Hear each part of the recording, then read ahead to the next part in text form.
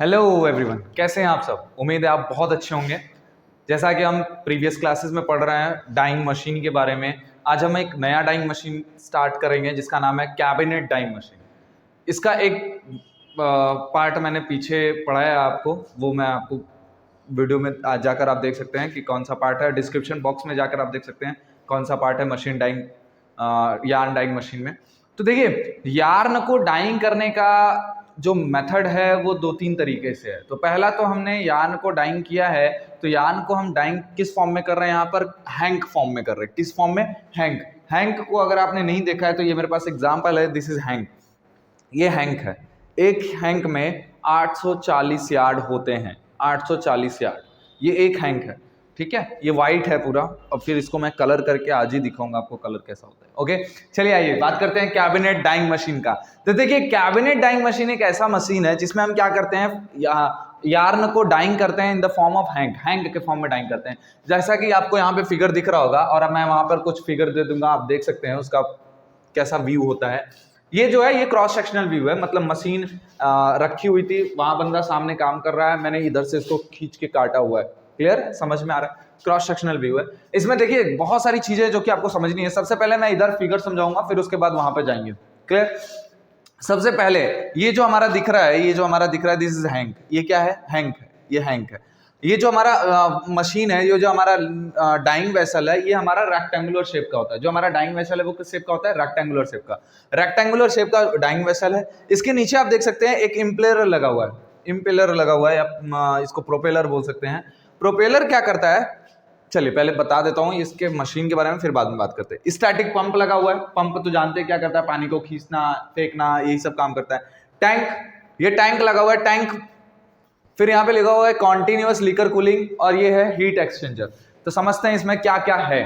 देखिए, सबसे पहले हम क्या करेंगे, इसका ढक्कन खोलेंगे। इसका ढक्कन खोलेंगे और इसके अंदर यार्न को फिट करेंगे। अच्छा, यार्न को फिट करने के लिए कुछ तो होना चाहिए, यार्न को टांगने के लिए कुछ तो होना चाहिए। तो यहां पर देखिए, मैंने यहां पे लिखा हुआ है in this machine the hang, hang, hang मतलब टांगा हुआ है, on Oval sticks. Oval sticks का मतलब होता है ओवल तरीके से। ओवल मतलब ऐसे इलिप्टिकल फॉर्म में, ऐसा इलिप्टिकल फॉर्म में, ठीक है। तो इलिप्टिकल फॉर्म का रॉड होता है, उसके ऊपर हैंग कर देते हैं। उसके ऊपर हम क्या करते हैं, हैंग को हैंग कर देते हैं। हैंग को हैंग कर देते हैं। हैंग को हैंग लटका देते हैं भाई, सिंपल सी बात है। चलिए देखिए, in this machine the hang, hang on Oval sticks. Oval sticks पर हमने लटका दिया। लटकाने के बाद इसके अंदर जो मशीन होती है उसके बारे में थोड़ा सा समझते हैं। बहुत थोड़ा सा कॉम्प्लिकेटेड है, लेकिन समझने वाले को समझ में आ जाएगा। और कॉम्प्लिकेटेड है तो मैं किस लिए हूं भाई, मैं किस लिए। देख, सिंपल सी बात है।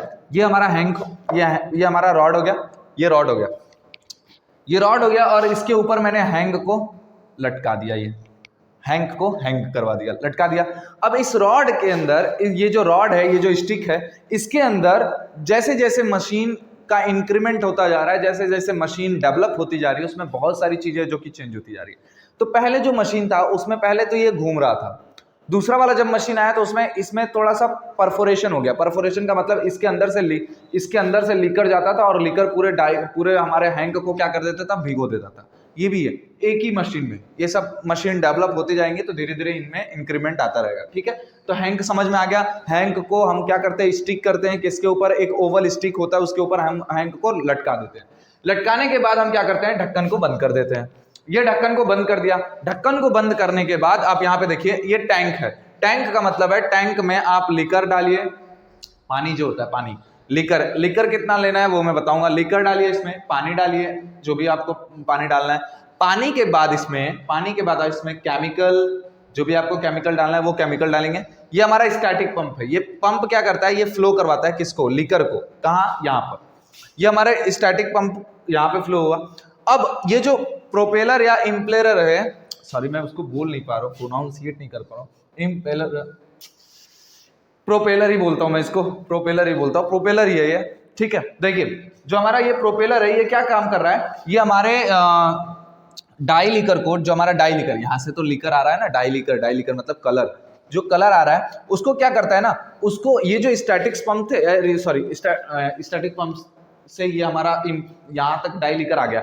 अब जो हमारा डाई लीकर होता है, जो हमारा ये स्टैटिक पंप होता है, ये फिक्स्ड होता है किसके साथ, ओवल स्टिक के साथ, ओवल जो सिलेंडर होता है उसके साथ फिक्स्ड होता है। तो वो जैसे ही इस पर पानी का मतलब इसके अंदर पाइप लगी होती है, ऐसे करके पाइप लगी होती है, नीचे इम्प्लेलर लगा हुआ, तो इम्प्लेलर इसको घुमाता है, तो जब घुमाता है तो ये जो लीकर है ये इसके थ्रू होकर और इसके अंदर जाता है, और इसके अंदर जाता है तो फव्वारा फेंकता है, या फिर उसको बोलते हैं फव्वारा नहीं बोल सकते तो स्प्रे समझिए, स्प्रे के फॉर्म में फेंकता है। जब स्प्रे के फॉर्म में फेंकेगा, जब स्प्रे के फॉर्म में फेंकेगा, ध्यान से समझिए, इसके अंदर से पानी के फव्वारे निकल रहे हैं, और इसके ऊपर मैंने हैंग कैसे रखा हुआ है, तो ये हैंग भीगेगा, सिंपल सी बात है भीगेगा। तो हैंग जब भीगेगा तो हमारा क्या हो जाएगा, कलर हो जाएगा। और कहीं ना कहीं ये जो हमारा रोलर है ये भी मूव करता रहता है, घूमता रहता है। क्लियर? और भी बताता हूं मैं इसमें धीरे धीरे बाकी चीजें।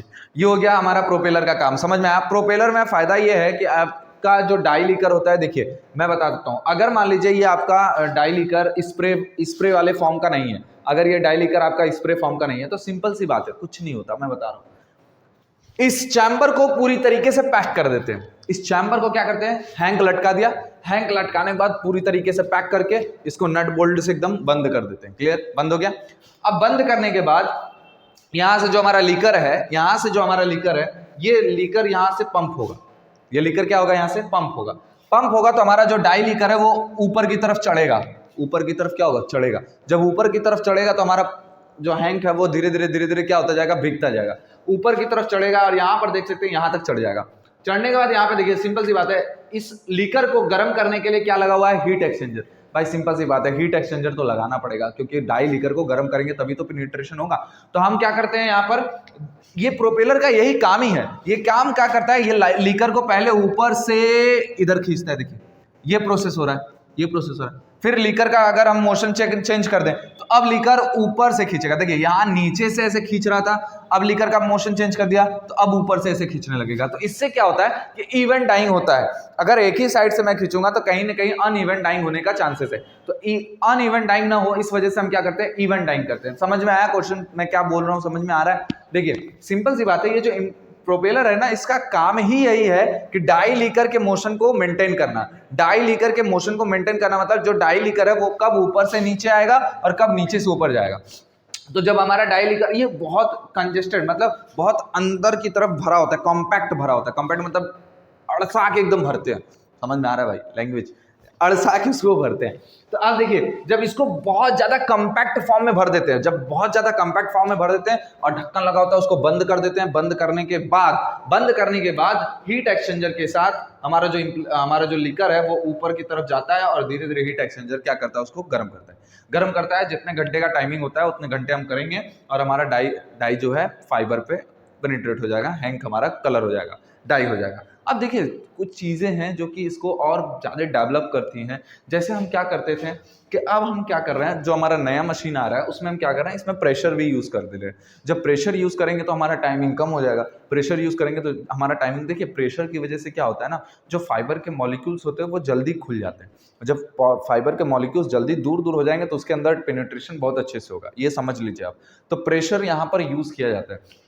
तो अब तो बहुत प्रेशराइज्ड यूज होता है, प्रेशराइज्ड मशीन भी यूज होता है। तो अब प्रेशराइज्ड मशीन हो गया, यूज हो गया। अच्छा, आपको समझ में आ गया ये डाई कैसे हमारा पेनिट्रेट होता है, ये क्लियर हो गया। ये देखिए जो टैंक है ये बाहर लगा होता है। बाहर क्यों लगाया जाता है? मान लीजिए कि आपका डाई देख रहे हो, आप बार बार चेक कर रहे हो कि नहीं शेड अच्छा नहीं आ रहा है, तो इसके लिए क्या करते हैं हम, एक्स्ट्रा कुछ केमिकल अगर मिलाना हो तो केमिकल मिला सकते हैं, डाई मिलाना हो तो डाई मिला सकते हैं, लिकर मिलाना हो तो लिकर मिला सकते हैं। यहाँ पर ये मशीन के बाहर लगा होता है। क्लियर? ये भी गर्म होता है, ये भी समझिए। अच्छा, यहाँ भी लिखा हुआ है continuous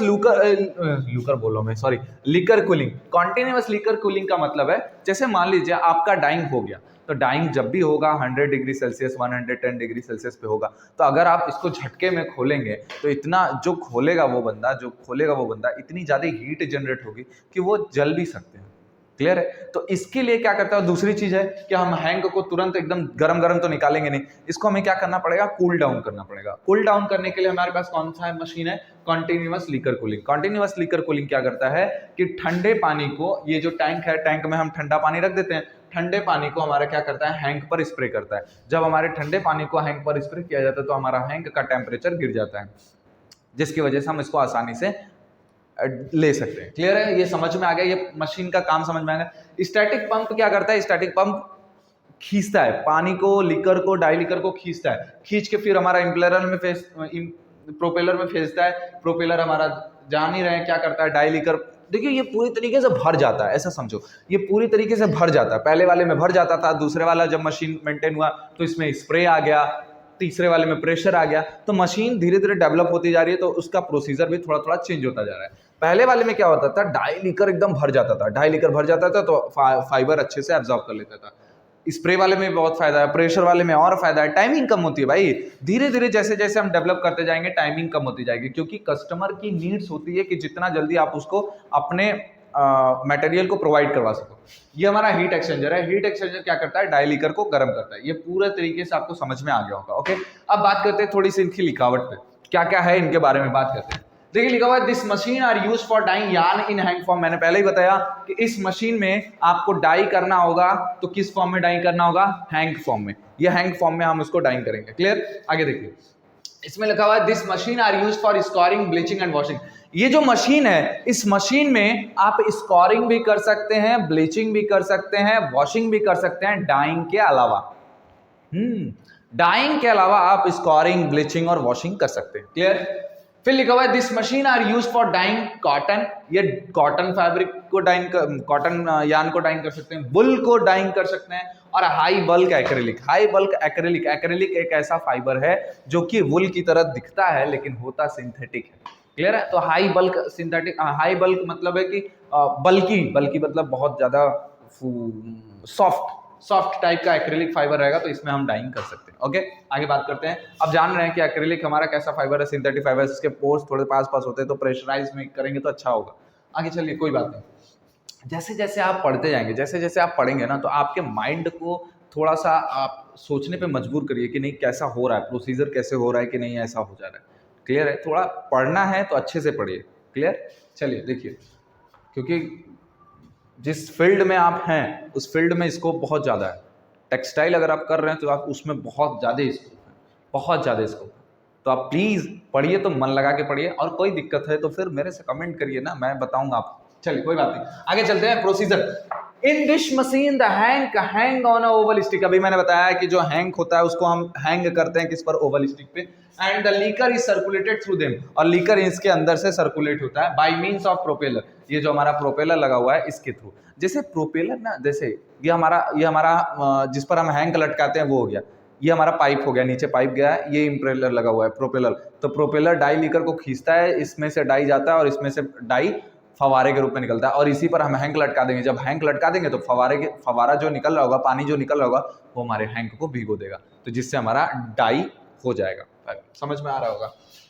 hydrostatics pressure models are available for working temperature up to 100 to 108 degree Celsius. देखिए मैंने पहले ही बताया कि मशीन को धीरे धीरे जब डेवलप किया जा रहा है तो इसमें हम हाइड्रोस्टैटिक्स प्रेशर का यूज करते हैं। हाइड्रोस्टैटिक्स प्रेशर का मतलब है कि प्रेशर, पहले तो प्रेशर जनरेट करते हैं, ऊपर से हम पानी के फवारे को फेंकते हैं। जब ऊपर से हम पानी के फवारे को फेंकते हैं तो पानी जो होता है ना, वो काफी प्रेशर के साथ एक तो टेम्परेचर भी बढ़ा रहे हैं, ऊपर से हम प्रेशर भी जनरेट कर रहे हैं, जिससे हमारा पोर्स जल्दी जल्दी खुल जाता है और हमारा फाइबर अच्छे से पेनिट्रेट हो जाता है, जिसकी वजह से हमारा जो हैंक है वो अच्छे से इवनली डाई हो जाता है। ठीक है, हाइड्रोस्टैटिक प्रेशर। हाइड्रोस्टैटिक प्रेशर मतलब ना कि वो प्रेशर जो हमारा ग्रेविटेशन फोर्स के थ्रू अट्रैक्ट होता है, जो हमारा ग्रेविटेशन, देखिए प्रेशर जो होता है, प्रेशर आप जानते होंगे, प्रेशर का फॉर्मूला P = F/A, तो पता होगा ना प्लीज। चलिए कोई बात नहीं, छोड़िए। ये ग्रेविटेशन वेट की वजह से इधर खींचता है, और ऊपर से हम पानी फेंकते हैं तो फाइबर खींचेगा, फाइबर खींचेगा तो उसके अंदर क्या हो जाएगा, पोर्स आ जाएंगे, पोर्स डेवलप हो जाएगा। जैसे मान लीजिए मैं बता रहा हूँ, ये हमारा हैंक है, अब इसमें हमने प्रेशर लगा के इसको, देखिए हम फोर्स लगा रहे हैं नीचे की तरफ, तो खींच रहे हैं, खींचेंगे तो भाई आप सोचिए जब हम इसका टेम्परेचर बढ़ाएंगे तो इसके जो मॉलिक्यूल्स होंगे वो थोड़े दूर दूर हो जाएंगे, इनके बीच गैपिंग आएगी। जब गैपिंग आ जाएगी तो हमारा जो डाई है वो अच्छे से पेनिट्रेट हो जाएगा। ओके, आगे बात करते हैं। The ml ratio of this dyeing machine is normally 1:15 to 1:20। देखिए बहुत ज्यादा ml रेशियो है, वो एक संबंधी 15 to 1 संबंधी 20। देखिए जैसे जैसे हम मशीन को डेवलप करते जाएंगे ml रेशियो घटता जाएगा। ये हमारा मोटिव होना चाहिए, बिल्कुल होना चाहिए। हम मशीन ऐसा डेवलप करें जिसमें लीकर की क्वांटिटी कम हो, तो वाटर जो हमारा होगा वो कम खर्च होगा, कम बेकार होगा। क्लियर है, तो यहाँ पर देखिए हमारे इन्वायरमेंट के लिए भी अच्छा होगा। तो यहाँ पे देखिए जो मशीन है ये 1:15 और 1:20 तक हम इसमें ml रेशियो ले सकते हैं। आगे बात करते हैं। The capacity of machine is about 50 kg to 500 kg according to machine size. मतलब ये जो मशीन है इसकी जो कैपेसिटी है वो capacity 50 kg to 500 kg according to machine size. अगर मशीन बड़ा होगा तो हमारा जो मटेरियल उसके अंदर जाएगा बहुत ज्यादा जाएगा, अगर मशीन छोटा होगा तो मटेरियल छोटा जाएगा। ये है cabinet hang dyeing machine. Cabinet hang dyeing machine आपको समझा दिया गया है कैबिनेट हैंग डाइंग मशीन क्या होता है। और दूसरी चीज मैं इसमें बता देता हूँ, कैबिनेट हैंग डाइंग मशीन में आप किसी भी डाई से किसी भी फाइबर को कर सकते हो। किसी भी फाइबर का मतलब है अट्रैक्शन होना चाहिए भाई, ऐसा नहीं है कि पता चला सेलुलोज पे हम डिस्पर्स डाई करें, तो ऐसा पॉसिबल नहीं है। वो डाई करिए जिससे उसका पेनिट्रेशन हो, जिससे उसकी एफिनिटी हो। एफिनिटी, पेनिट्रेशन, ये सब वर्ड्स रिलेट करने के लिए मैंने basic term used in dye ये पढ़ाया हुआ है, जाकर आप वीडियो को चेकआउट कर सकते हैं, ये मेरे डिस्क्रिप्शन बॉक्स में रहेगा। Okay, this is all about cabinet hang dyeing machine. अगर आपको ये वीडियो अच्छा लगा हो तो प्लीज वीडियो को लाइक करिए, चैनल को जितना हो सके प्लीज सब्सक्राइब करिए, और अगर आपको टेक्सटाइल से रिलेटेड कोई क्वेश्चन हो तो आप मेरे इंस्टाग्राम पे मैसेज कर सकते हैं। ओके, थैंक यू, जय हिंद।